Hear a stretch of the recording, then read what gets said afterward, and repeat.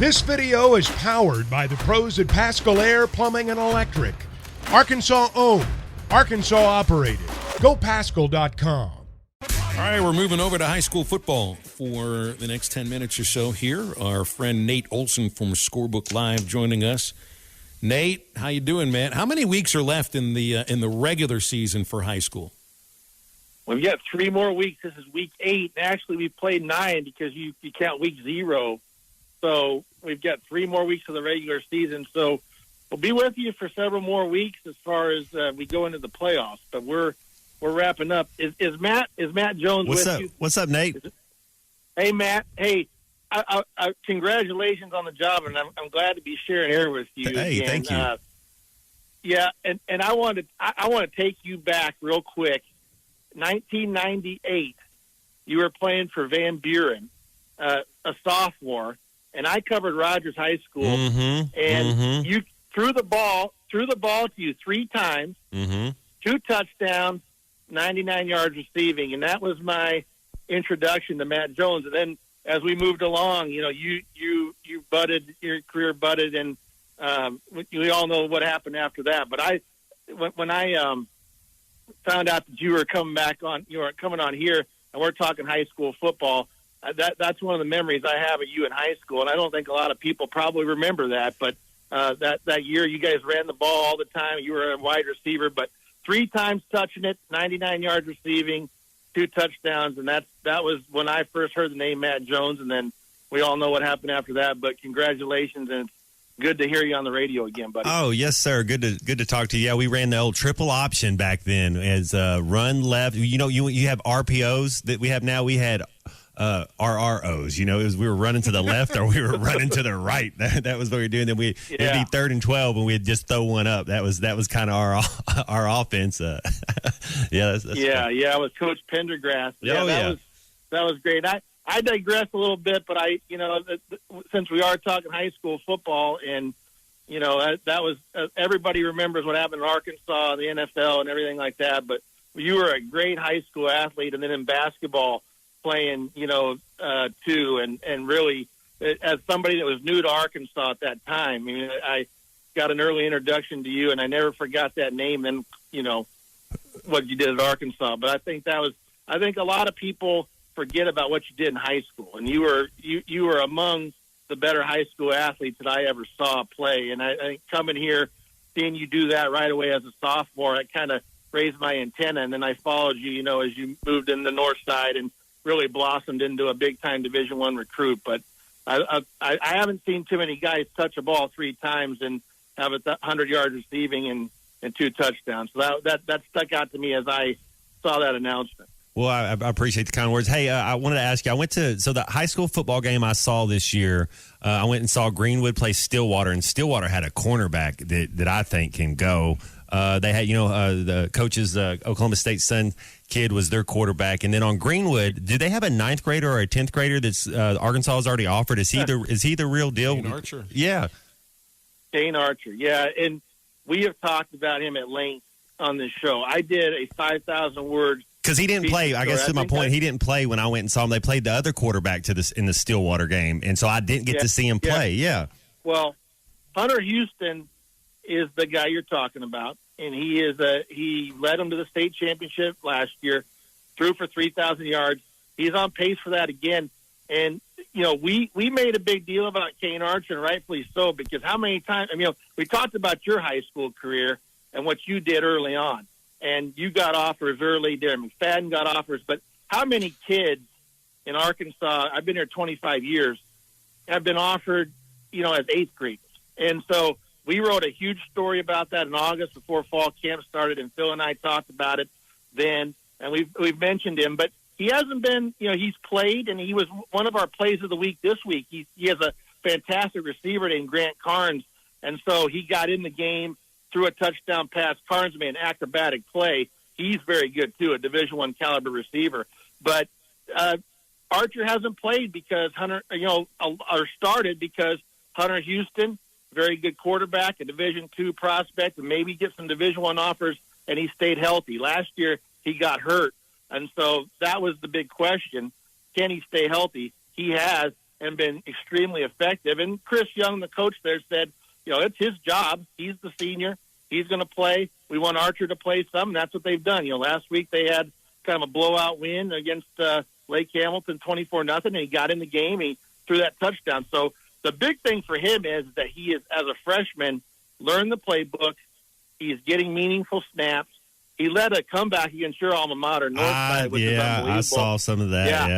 Yeah, and that's something that we will talk about for a long time when he plays in college and maybe the NFL. About that game as a freshman was unbelievable. But from Young's perspective, I mean, he's got a guy that's a freshman that has varsity experience that's going to play for 3 years. 3 years, yeah. So, he may do things that we've never seen done. We talk about you at quarterback, Mitch Mustaine, Darren McFadden.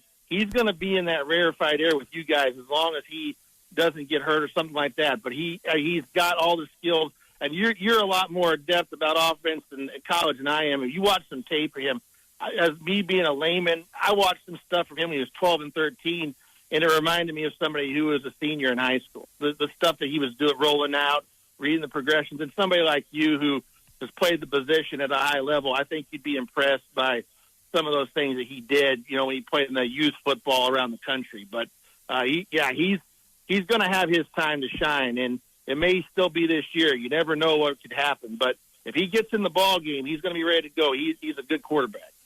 Do the kids No. I was going to say, do the kids gray shirting? So if he's going to play sophomore 11th, and with the 11th to 12th grade, is he going to do that gray shirt where you leave at Christmas time as soon as your senior is over and you get up there? Do they still do that? That was big when I was in school.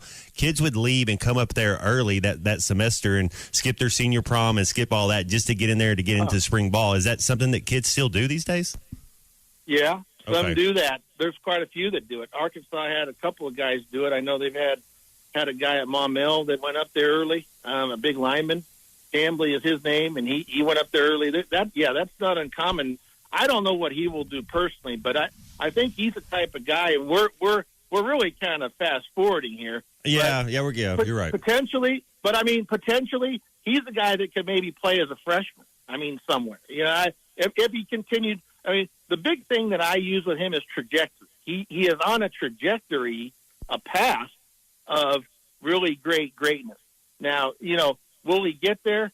I don't know, but he is advanced for his age, and he is checking all the boxes. He's a good kid off the field, gets good grades.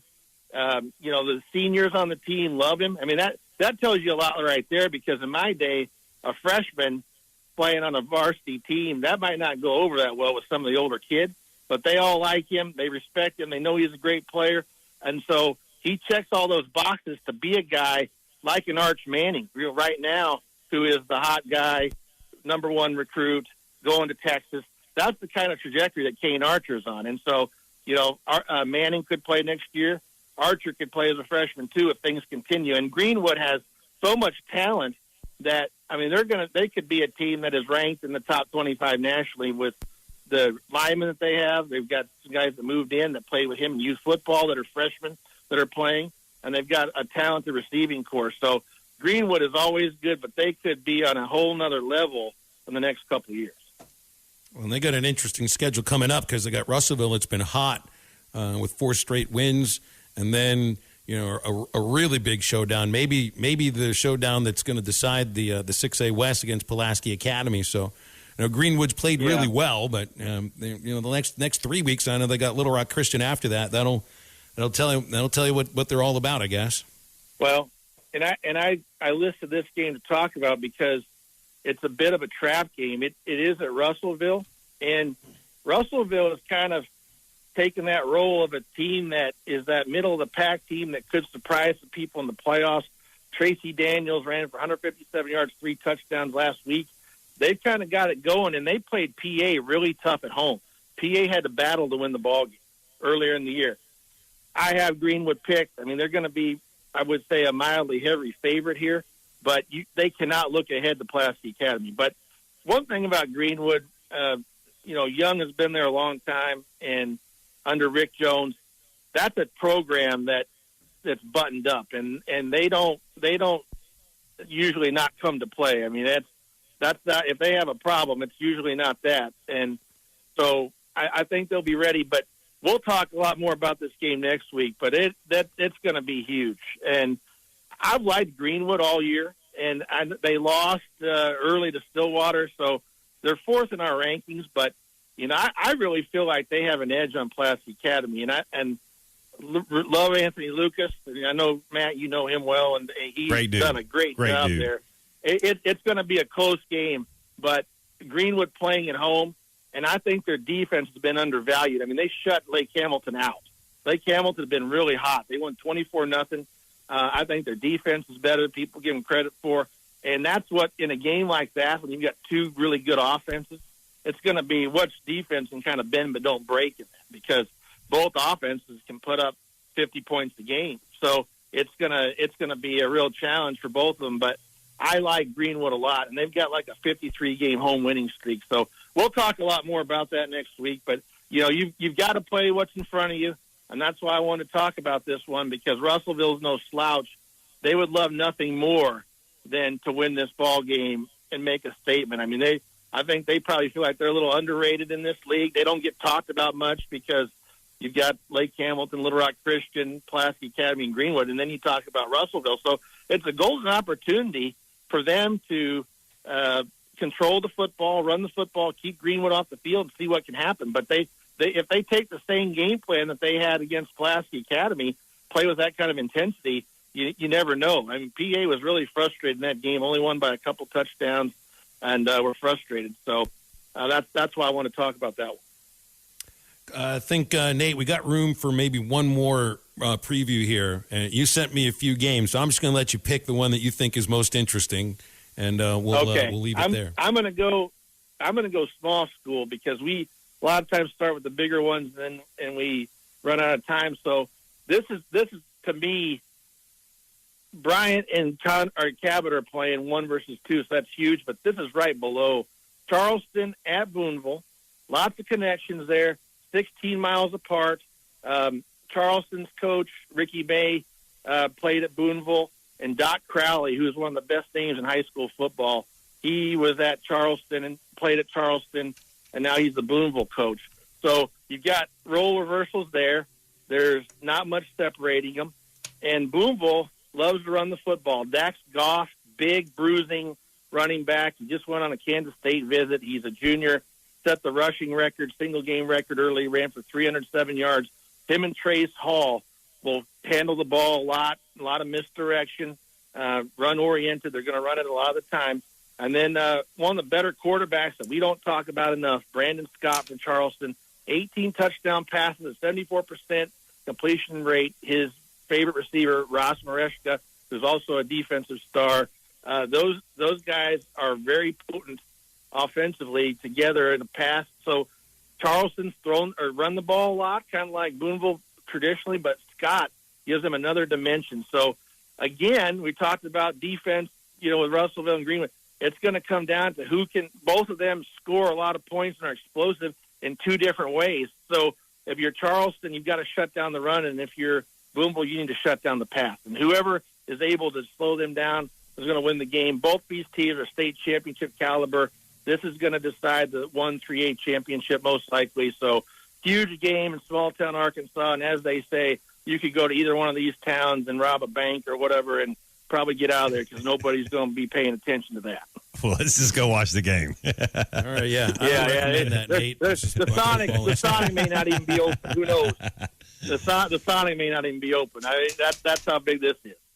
Football is back, and BetOnline remains your number one source for all your football betting needs this season. You'll find the latest odds, matchup info, player news, and game trends. And as your continued source for all sports wagering info, BetOnline features live betting, free contests, live scores, and giveaways all season long. Always the fastest and easiest way to bet on all your favorite sports and events like MLB, MMA, tennis, boxing, and even golf. Head to betonline.ag to join and receive your 100% welcome bonus with your first deposit. Make sure to use the promo code BELIEVE to receive your rewards. That's BLEAV. Bet online, where the game starts.